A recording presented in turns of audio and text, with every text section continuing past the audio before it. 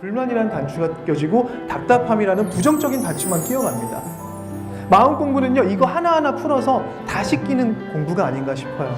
가장 부드러운 것이 가장 단단한 것을 이깁니다. 부드러운 물은 강한 바위를 자르고, 정신의 힘을 키우기 위해서는 어떻게 해야 되냐? 바로 마음 공부. 여러분들이 모두 가지고 있는 그 마음을 공부를 해서 세상이 다른 게 아니라 그 세상을 바라보고 있는 내 시선이 달라요. 그 시선을 담당하고 있는 내 마음이 그때그때 다르요. 작은 일 잘하는 사람은 큰 일도 잘한다는 것이죠. 나는 큰일 할 사람이야 하면서 작은 일을 하찮게 여기면 결코 큰 일은 주어지지 않을 뿐더러 부모님의 은혜, 부모님의 마음이 왜 진리에 들어가 있냐면 진리와 같아서예요. 이 종교를 믿는다는 것은 진리를 알아가는 공부를 하는 것인데 이것 자체가 행복이 되어가는 것일까?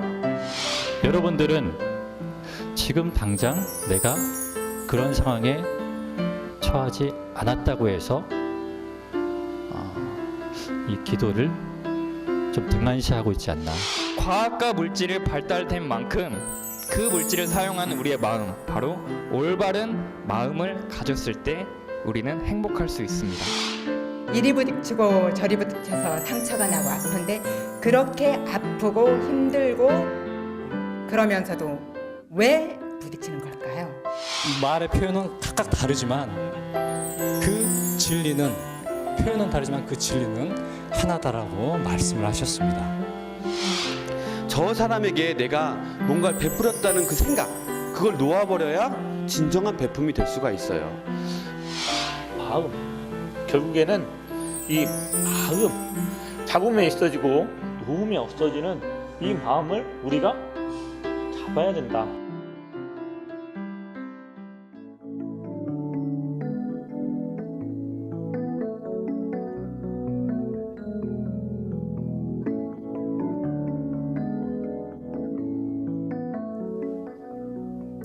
그대들은 허공이 되라. 정산종사 법어 원리편 23장의 말씀입니다. 이 허공의 가장 큰 특징이 뭔가요? 그렇죠. 비어 있는 거죠. 비어 있잖아요.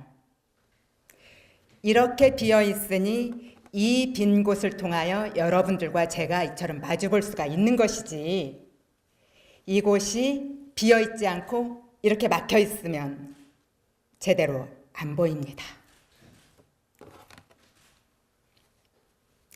이 포인터를 볼 때 이곳이 비어 있으면 이 포인터의 전체의 모습을 있는 그대로 볼 수가 있는데, 이곳이 비어 있지 않고 이렇게 막혀 있으면 일부만 보입니다. 일부만 봤어도 분명히 보긴 봤으니까 누군가가 포인터의 모습이 어떻게 생겼느냐라고 물으면 이렇게 생겼다고 말을 하겠죠. 본 것은 사실이니까, 여기만 봤어도 본 것은 사실이니까 이렇게 생겼다고 말을 할 것입니다. 그렇지만 그것은 제대로 본 것이 아니죠. 이 포인터 전체의 모습을 제대로 보려면, 일부가 아니라 제대로 보려면 이렇게 비어 있어야 하는 거죠. 비어 있어야 왜곡시키지 않고 있는 그대로, 사실 그대로 제대로 볼 수가 있는 것입니다. 비어 있다고 하는 것이 그렇게 중요한 것입니다. 그래서 이 허공이 되라는 말씀은 허공처럼 비어 있어야 한다는 말씀입니다. 무엇이 허공처럼 비어야 합니까? 이 몸이 허공처럼 빌 수가 있는가요? 아니죠. 마음이 허공처럼 비어있게 하라는 말씀이신 것입니다. 그러니까 허공이 되라는 이 말씀은 마음을 허공처럼 텅 비게 하라는 뜻입니다. 그러면 이 허공이 이처럼 비어 있는 것은 알겠는데 마음은 어떻게 하는 것이 비우는 것일까요? 이 허공은 이처럼 비어 있으니까 무한하게 넓고 무엇이든 걸림이 없이 그냥 통과하죠. 그냥 통과하잖아요. 다 통과할 수 있잖아요. 그냥 통과하잖아요. 마음도 역시 무한하게 넓게 쓰고 무엇이든 걸림없이 통과하게 할 수 있게 하는 것이 바로 마음을 비우는 것입니다. 그런데 우리는 마음이 비어있지를 못하고 마음 안을 너무 많은 것으로 채워놓아서 이리 부딪히고 저리 부딪혀서 아프고 힘들고 상처가 납니다. 그렇게 상처받고 아프고 힘들면서도 왜 부딪히는 걸까요? 이리 부딪히고 저리 부딪혀서 상처가 나고 아픈데 그렇게 아프고 힘들고 그러면서도 왜 부딪히는 걸까요? 왜 그럴까요? 비어있지 않으니까. 비어있지 않으니까. 올여름에 비 많이 내렸죠. 비가 많이 내리던 어느 날 점심을 먹고 나서 2층 사무실 창가에 서서 비가 내리는 것을 구경하고 있었죠. 비가 나뭇잎으로 떨어지는 소리며 콘크리트 바닥 위로 떨어지는 소리며 창문에 부딪히는 소리며 적나라하게 들리더군요. 참 듣기 좋더군요. 빗소리가 참 듣기 좋구나 하다가 문득 내가 지금 듣고 있는 것이 엄밀히 말하면 빗소리가 아니라 부딪히는 소리구나 하는 생각이 들었죠. 빗소리가 좋다고 지금 듣고 있는 것이 빗소리라고 생각했는데 지금 듣고 있는 것이 엄밀히 말하면 빗소리가 아니라 부딪히는 소리구나 하는 생각이 들었죠. 그전에도 물론 부딪히는 소리라는 것을 몰랐던 것은 아니지만 그냥 막연하게 이것이 빗소리구나 했지 부딪히며 나는 소리라는 것을 깊이 있게 생각해 본 적이 없었죠. 빗소리가 듣기 좋아서 비가 오면 창문을 열어놓기 일쑤였는데 그것이 빗소리가 아니라 비가 나무 이파리와 부딪히는 소리거나 창문에 부딪히는 소리거나 바닥에 부딪히는 소리였던 거죠. 그러면 부딪히지 않을 때 빗소리는 어떤가 하고 하늘을 올려다보니까 무수히 많은 비가 허공을 비스듬히 가로질러 떨어지고 있었어요. 무수히 많은 비가 허공을 이렇게 비스듬히 가로질러 떨어지고 있더군요. 그렇게 많은 비가 떨어지는데 그렇게 많은 비가 허공을 가로지르는데도 허공을 가로지를 때는 소리가 없어요. 분명히 허공을 통하여 비가 쏟아지는데 아무리 많은 비가 허공에 쏟아져도 허공을 지나갈 때는 소리가 없어요. 왜 그럴까요? 비어 있으니까.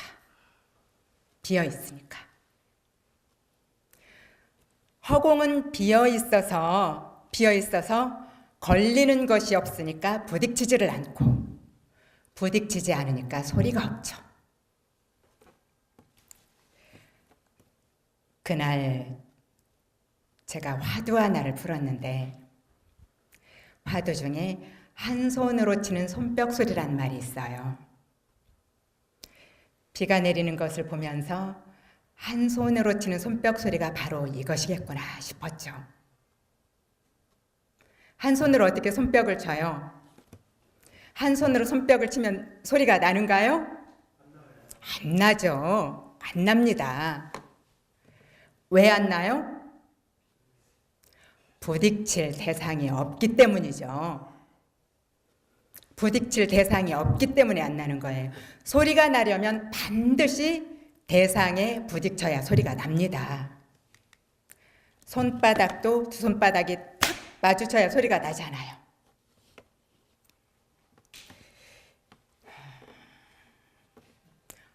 허공이 이와 똑같습니다. 허공은 부딪힐 대상이 없이 비어 있으니 비가 지나가도 부딪힘이 없고 비가 고스란히 소리 없이 통과해 갑니다.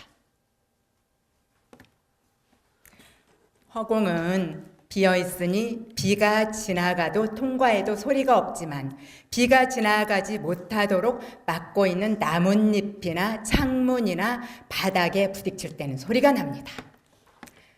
말하자면 비가 텅 비어 있는 허공을 지나갈 때는 한 손으로 손뼉을 치는 것이고 이 비가 나뭇잎이나 창문이나 바닥에 부딪힐 때는 두 손바닥이 부딪힌 것과 같습니다. 이 나의 마음도 내 마음, 나의 마음 역시도 비어 있으면 아무것도 나의 마음을 치고 지나가지 못합니다. 내 마음이 비어 있으면 아무것도 나의 마음을 치고 지나가지 못합니다. 왜냐하면 나의 마음이 비어 있으면 허공과 마찬가지로 걸리고 부딪히는 것이 없기 때문입니다. 우리는 마음 안에 수많은 기준들을 가지고 살아갑니다.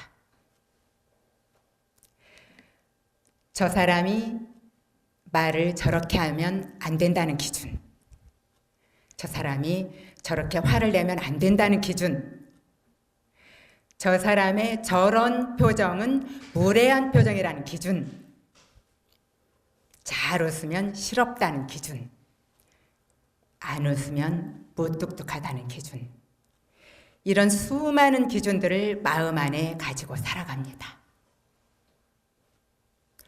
원불교에서는 이런 기준들을 통틀어서 분별이라고 합니다. 그런데 분별이라고 하면 분별을 해야 될 때와 하지 않아야 될 때의 구분이 아직은 모호하니까 오늘은 편의상 기준이라고 말을 합니다. 이런 기준들이 마음 안에 많으면 많을수록 부딪힘도 많고 부딪힐 때마다 아프고 힘들고 고통스럽습니다.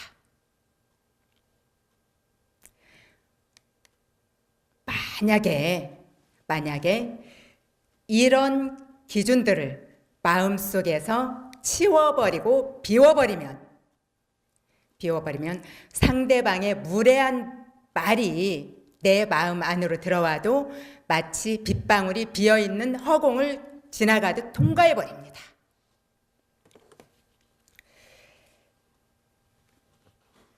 수많은 빗방울들이 허공을 통과해도 허공은 전혀 비에 젖지를 않는 것처럼 수많은 경계들이 내 마음을 통과해도 내 마음에 전혀 흔적이 남지를 않게 됩니다.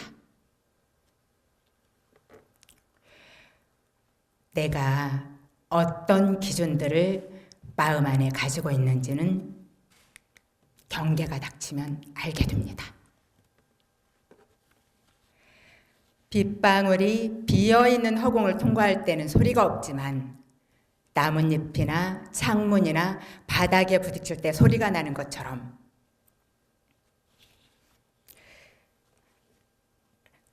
이 내 마음도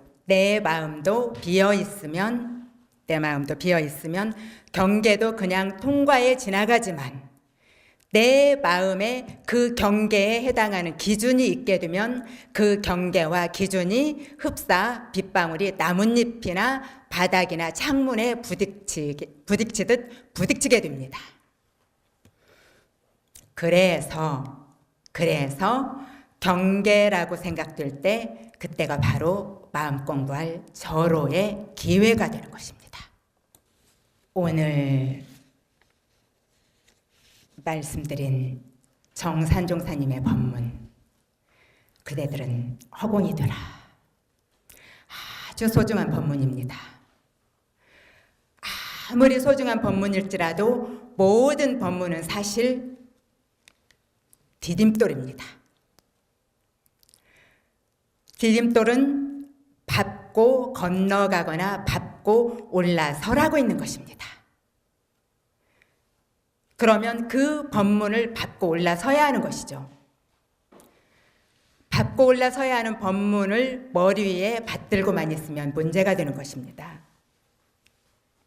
그 법문이 내 안에서 살아나야 하고 내 안에서 살아나야 한다는 말은 그 법문이 내 것이 되게 하는 것입니다. 내 것이 되게 하려면 그 법문을 밟고 건너가야 하는 것이죠. 그런데 밟고 건너가야 하는 법문을 머리 위에 받들어 놓고 있게 되면 법문과 나의 삶이 떨어지게 됩니다. 말하자면 법문 따로 나 따로가 되는 것입니다. 진정으로 공부하는 공부인, 진정한 공부인, 즉 실질적으로 공부하는 공부인은 그 법문을 머리 위에 받들고 있는 것이 아니라 그 법문을 밟고 올라서는 사람들입니다.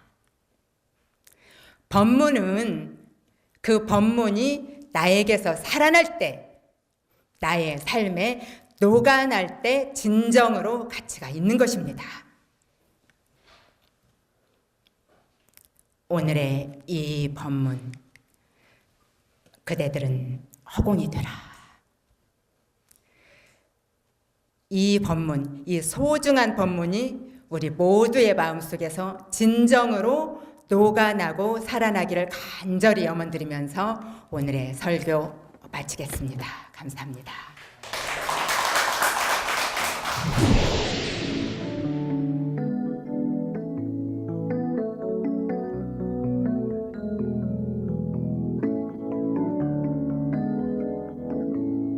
반갑습니다.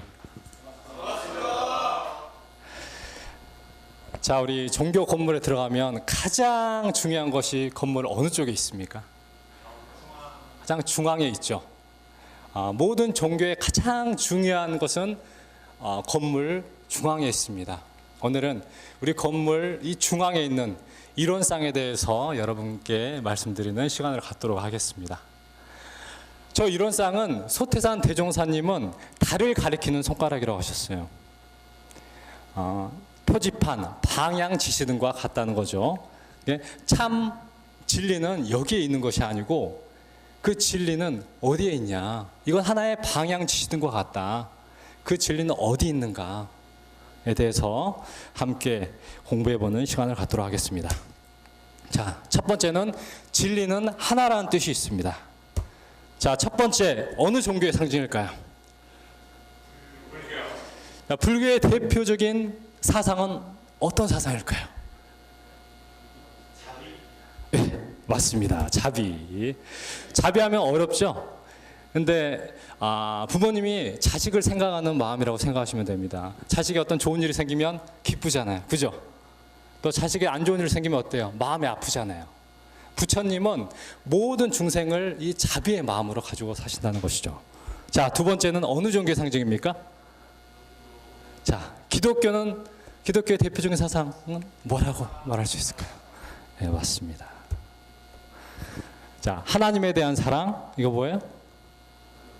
인류에 대한 사랑, 이 사랑으로 대변할 수가 있습니다. 자, 세 번째는 어느 종교의 상징일까요? 여러분들 여기 교육생들 수준이 대단히 높은 줄 알았는데 오늘 좀 문제가 있는 것 같습니다. 자, 유교의 상징입니다. 유교의 대표적인 사상이 인, 이, 예, 지, 신인데 가장 제일 앞에 나온 게 뭡니까? 인. 자, 마지막 어느 종교의 상징이죠? 원불교. 맞습니다. 원불교의 대표적인 사상은? 네, 맞습니다. 누가 은혜라고 하셨죠? 네, 조금의 선물 받아가시기 바랍니다. 네, 주최 측에서 줄 겁니다. 자, 다 함께 우리 읽어보도록 하겠습니다. 시작. 자비, 남을 깊이 사랑하고 가엾게 여김, 사랑, 어떤 사물이나 대상을 몹시 아끼고 귀중히 여기는 마음, 인, 남을 사랑하고 어질고 행동하는 일, 은혜, 은은 마음으로 도와주는 것이며 해는 자비를 베푸는 마음. 여러분이 딱 읽어보니까 어떤 느낌이 드시는 것 같아요? 자, 표현은 다 다르지만 뭐예요? 그 의미는 본래 하나다 라는 그런 느낌이 들지 않으십니까? 자, 여러분들이 이제 처음에 들어오면 이제 몇 주 정도 지나면 유격 훈련을 가죠. 유격 훈련을 가면 우리 4대 전당 선직자들이 여러분한테 가가지고 기도를 해줍니다. 그래서 불교는 부처님 하고 기도를 해주고, 기독교는 하나님 아버지 이렇게 기도를 해주고, 천주교는 하느님, 원불교는 법신불 사님 이렇게 기도를 해줘요. 근데 처음에 기도를 할 때 4대 종단 성직자들이 다 한 명씩 다 기도를 하고 이렇게 나가니까 아이들이 너무 지루해하는 거예요. 막 졸고 있는 거야. 그래서 제가 성직자분들한테 제안을 했습니다. 우리 기도 대표를 한 명만 합시다. 목사님이 기도 제일이시니까 목사님이 대표를 하시죠. 그래서 목사님이 이렇게 대표로 기도를 하게 됐어요. 그 다음부터는 이제 이렇게 로테이션으로 돌아가면서 기도를 이제 하고 있습니다. 여러분들이 생각하실 때 부처님 하고 기도하면 부처님이 오시고, 하나님 하고 기도하면 하나님 오시고, 법신불 사님 하면 법신불 사님이 오실까요? 세상에 많은 신들이 있잖아요. 그죠? 1억 개가 넘는 신들이 있습니다. 그러면 그분들을 신도들이 딱 부를 때 그 많은 신들이 오실까? 소태산 대종사님은 자, 부처님, 하나님, 법신불 사님 각각 그 말의 표현은 각각 다르지만 그 진리는, 표현은 다르지만 그 진리는 하나다라고 말씀을 하셨습니다. 교무님 이름이 뭐죠? 출가 전 이름은 뭘까요? 어떻게 하셨어요? 교무님이 이래봐도 외국 어학연수 출신입니다. 5개월 동안 미국에 살았어요. 아프리카에 살았습니다. 그때 이름이 다니엘이라는 이름을 가지고 있었어요. 네, 맞습니다. 자, 이름은 몇 개죠? 이름은 3개. 교무님 한 분. 이렇게 진리도 이와 같다. 부르는 이름은 각각 다르지만 뭐야? 한 분이다. 자, 마하트마 간지도 그랬죠. 종교는 수많은 가지와 잎사귀와 같다. 그런데 그 줄기는 뭐야? 본래 하나다. 우리가 산에 올라갈 때도 산 정상을 나가지만 그 가는 길은 여러 갈래이듯이 종교도 이와 마찬가지다라고 말씀을 하셨습니다. 그래서 여러분들이 진정한 원불교 신자면 기독교 가서 무릎 꿇고 하나님한테 기도할 수 있어야 되고, 불교 가가지고 부처님 불상 앞에 절을 할 수 있어야지 원불교의 진정한 신자라고 할 수가 있습니다. 자, 두 번째 의미는 다 함께 읽어보겠습니다. 자, 여기에 액자가 있습니다. 여러분들이 세상에 가장 소중한 존재를 이 안에 넣으라 하면 뭘 넣으시겠습니까? 가장 소중한 존재.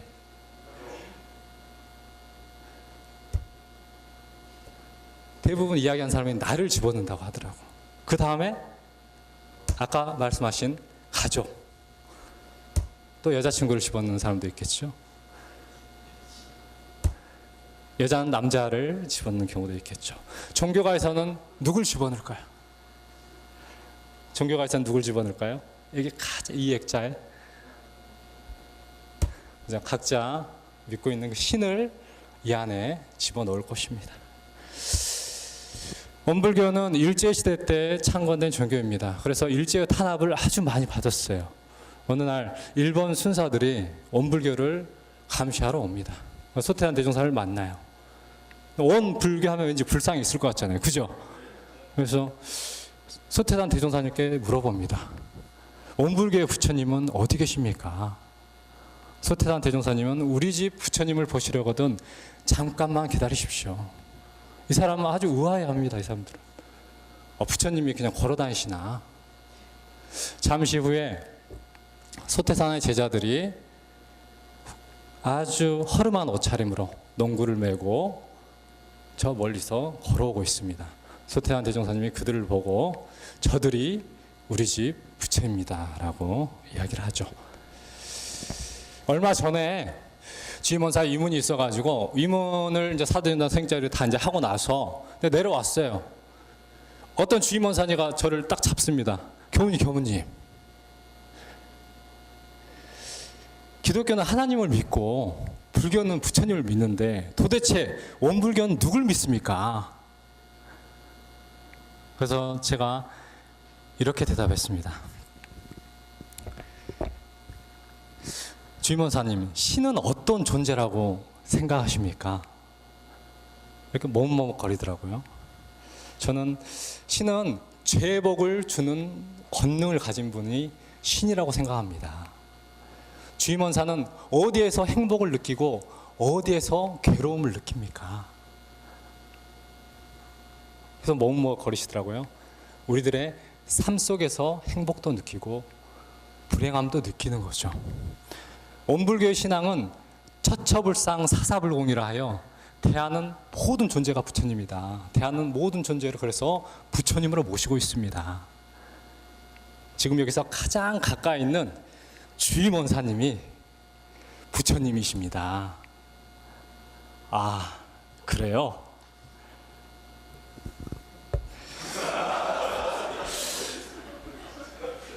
계속 말이 길었었지만 여기까지 하시고, 그래서 자, 원불교는 뭐예요? 이 액자 속에 이 세상 모든 존재를 다 집어넣습니다. 왜냐하면 이 세상은 모든 존재가 다 소중하니까. 그러면 대하는 모든 존재가 다 부처님이라면 지금 이 순간 여러분들이 다 부처잖아요. 더 가까이는 부처님이 어디 있을까요? 가장 가까이는 어디 있을까?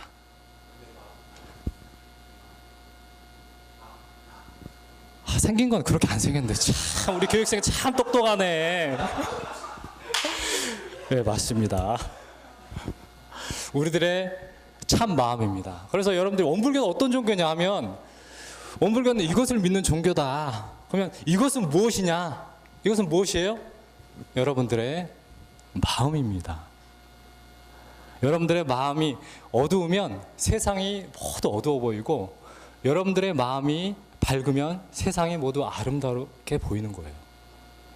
여러분들 마음에 부처님을 딱 모시면 세상이 부처로 보이는 그 이치가 있습니다. 자, 여기에 물이 있습니다. 자,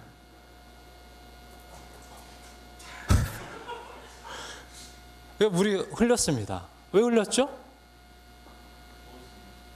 왜 흘렸습니까? 이게 몸을 잘 못 써서 물이 흐른 거잖아요. 그죠? 왜 몸을 잘못 썼습니까? 그죠? 이 몸을 잘못 쓴 거는 마음을 잘 컨트롤 못해서 몸을 잘못 썼고 몸을 잘못 썼기 때문에 이게 물이 흐른 거죠. 자, 다 함께 우리 교육생들 한번 읽어보도록 하겠습니다. 시작. 생각이 바뀌면 행동이 바뀌고 행동이 바뀌면 습관이 바뀌고 습관이 바뀌면 인격이 바뀌고 인격이 바뀌면 운명이 바뀐다. 여러분들도 자주 들어보는 그런 말일 겁니다. 여러분들의 운명을 바꾸려면 인격을 바꿔야 되고 인격을 바꾸려면 습관을 바꿔야 되고 습관을 바꾸려면 행동을 바꿔야 되고 행동을 바꾸려면 어때요? 여러분들의 생각을 바꿔야 된다. 행복과 불행을 누가 만들어요? 여러분들 마음에서 만드는 겁니다. 그러면 여러분들이 삶에 있어서 괴로움을 느낄 때 그 해답은 어디서 찾는 것인가? 그 해답을 어디서 찾아요? 어디서 찾습니까? 그러죠. 여러분 마음에서 만들었으니까 여러분 마음에서 찾아야 됩니다. 여러분들 살면서 괴로움을 느낄 때 그 시선을 늘 밖으로 돌리지 마시고 그 시선을 늘 안으로 파고 들어가면 구름 뒤에 늘 밝게 웃고 있는 그 태양을 여러분들이 발견하실 겁니다. 여러분들이 훈련을 받으면서 괴로울 때 잠깐 멈춰서 밖을 보지 마시고 내 안을 늘 이렇게 바라보는 여러분들이 되시길 간절히 기원드리겠습니다. 마지막으로 제가 좋아하는 장자의 빈배라는 시를 읽고 마치도록 하겠습니다. 자, 다 함께 읽도록 하겠습니다. 시작. 당신이 강을 건널 때 빈배가 다가와 당신의 작은 배를 충돌하게 된다면 아무리 성격이 격해도 심하게 화내진 않겠지요. 그러나 만약에 그 배에 사람이 탔다면 그를 향해 제대로 노를 젓지 못하겠어 호통을 칠 테고, 그 고함 소리가 전달되지 않는다면 반복해서 고함을 치고 저주를 퍼붓겠지요. 이러한 행위는 모두 그 배에 누군가 있었기 때문에 일어난 것입니다. 그 배가 빈 배였다면 고함치지도 않고 화내지도 않았을 것입니다. 세상이라는 강을 건널 때 당신 자신의 배를 비울 수 있다면 아무도 적대시하지 않고 아무도 당신에게 해를 끼치지 않을 것입니다. 자, 이상으로 설교를 마치도록 하겠습니다. 감사합니다.